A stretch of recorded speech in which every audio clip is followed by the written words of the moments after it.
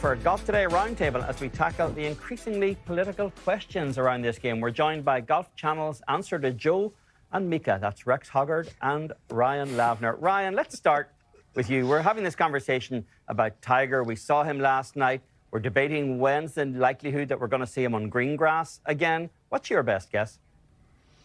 My best guess, Eamon, would be the Masters, which seems, pretty crazy to think about since he was literally ramping up just a couple of weeks ago for the Genesis Invitational at Torrey Pines. But if you watched TGL in its entirety on Tuesday night, I mean, he looked really stiff. He hit a lot of poor shots. He told reporters afterward he actually hadn't hit a club since that round with President Trump about a week and a half earlier. And so we went from ramping up for Torrey to now it seems like he's powering down a little bit. And keep in mind, back in 2006 when Tiger's father Earl died, he died from cancer.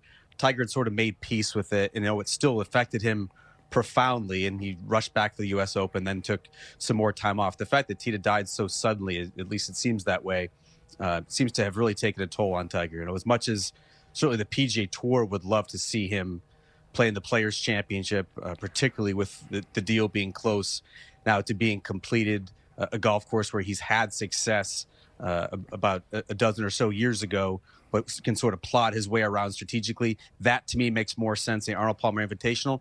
But at this stage, I just don't think it's likely. Yeah, it seems like the Masters would make the most sense. With Tiger's involvement in the discussions, we've heard from Rory McIlroy, Jay Monahan, et cetera. If you're Rex, the average fan at home, it seems like we've been hearing this for 6 months, 9 months. The deal's imminent. It's coming soon. It's going to be down the pipe. Are we finally at a stage where we should be optimistic?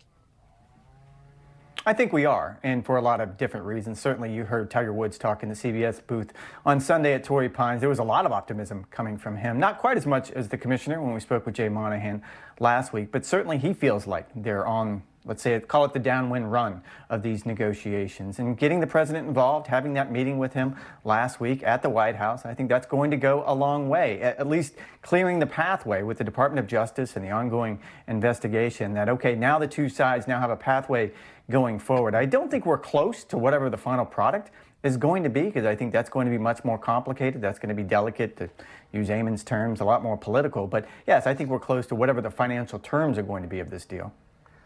Ryan, Tiger said when he was in the booth with Jim Nantz at the weekend that fans are eager to see the best players play together again, which is obviously true. The game does feel fractured and diluted. Do you think the decision makers have convinced themselves that that's all that's really wrong with the product, or that that's the easy solution, that simply putting these guys together is going to be enough to overcome whatever fan disaffection has arisen up over the last few years?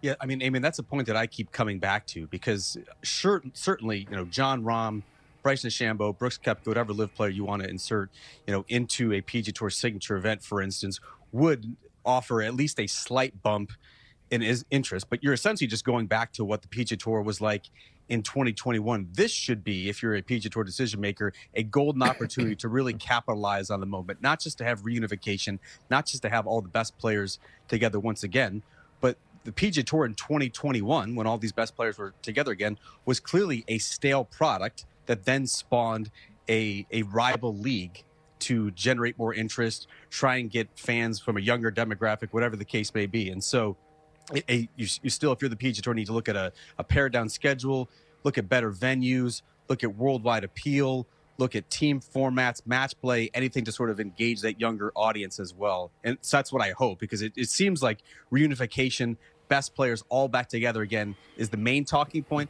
but there were larger issues that led to the advent of LIV, not just having the best players all in one spot. Rex, idea to throw your way, and tell me I'm crazy. All-Star breaks have been in the news for the last week with what the NHL has done with the Four Nations Cup. We have the finale tonight, been a big success. NBA reconfigured theirs, very mixed reviews. I've said historically that you could come up with a unique concept for golf with maybe a limited field based on FedEx Cup points, long drive, other skills competition around it, make it a celebration of golf. Do you think an all-star game could ever work on the PGA Tour? I think it could work as we look long term of, and we just talked about a deal between the Public Investment Fund and the PGA Tour. Imagine a scenario where you have a team event in the middle of the season with a team of players from LIV and a team of players from the PGA Tour with maybe some sort of Ryder Cup style format and also a skills challenge. Make it a weekend. Like, I know the NBA is probably not the best example right now, but certainly what the NHL has done with Four Nations. I'm tuning in to watch the game tonight, and I'm not a hockey fan, but they've created something out of thin air, and I think there is an opportunity for golf. If you can reach some sort of agreement between the two sides and bring unification back to the game, that could be a fun element of all this. Rex, I want to talk about a guy who came close last week, Maverick McNeely. He's on the Player Advisory Council. He's been quite open about his desire to get to the policy board, to make a difference in a particularly interesting time in the game. You got to admire the guy wanting to make a difference.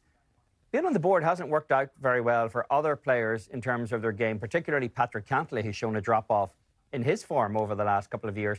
Is there any concern on behalf of a Maverick McNeely, who seems to be finally hitting his stride on the tour as a competitor and a contender, to be detoured into that kind of activity?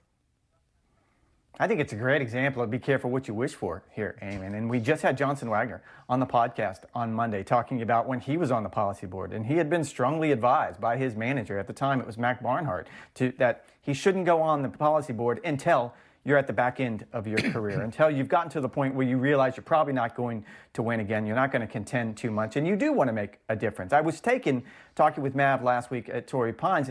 I had a very similar conversation with Rory just a few years ago when he first went on the PAC, and he was running for PAC chairman with the idea of going to the board.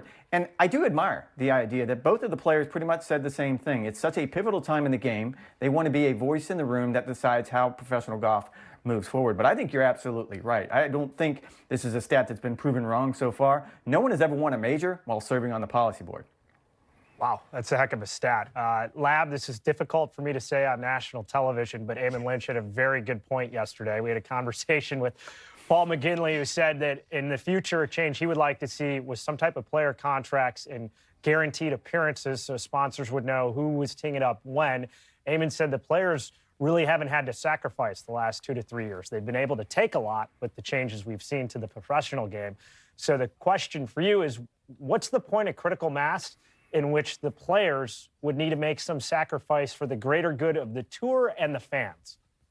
By being contractually obligated to play in certain events? I mean, I certainly understand the appeal from a sponsor, from a fan perspective, to know exactly who is going to be teeing up. But I think if you pare down the PGA Tour schedule enough to a point where it might not be necessary, and you would have, potentially a schedule of just signature events or at tournaments where players would really want to show up, that the top players are going to want to play in those events, and they're going to have to play in those events to, maintain status, hit certain benchmarks, make sure you're inside the top 50, top 30, top 10, whatever the case may be. And so I think it's really going to come down to the schedule. If you're creating a schedule in 2026 and beyond that is so appealing to players, I don't think you have to go the next step in having a contractual obligation, but I certainly see where Eamon's coming from in that respect.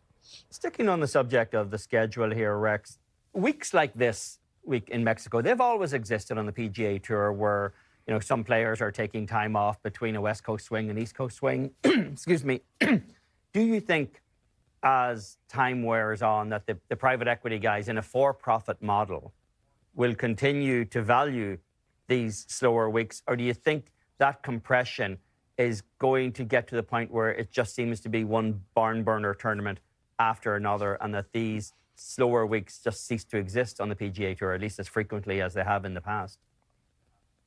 George, I'm going to feel your pain here, and I'm going to say my colleague Ryan Lavner was right on this front, and he's brought it up on numerous occasions, that less has to be more, and I think all of us can agree on that front. Rory probably said it best last week when we were talking with him about the idea of whatever the game becomes, if there is unification between the two sides, that it would look something like the Formula One model, where less is more, where you maybe have 20, 25 events, and you cherry pick the best events from around the world. That's the DP World Tour. That's the PGA Tour. That might be whatever happens in Australia or Japan or the Middle East. So I think that's the option of where we're going. And if that's the scenario, then those 20 or 25 events would be the top tier. And then you would probably have events, maybe like this week's event, that would move to the second tier that you would still need because there's still a demand for that type of competition, for that type of meritocracy that you would have to create that ladder for players to play their way in. But yeah, I can see that.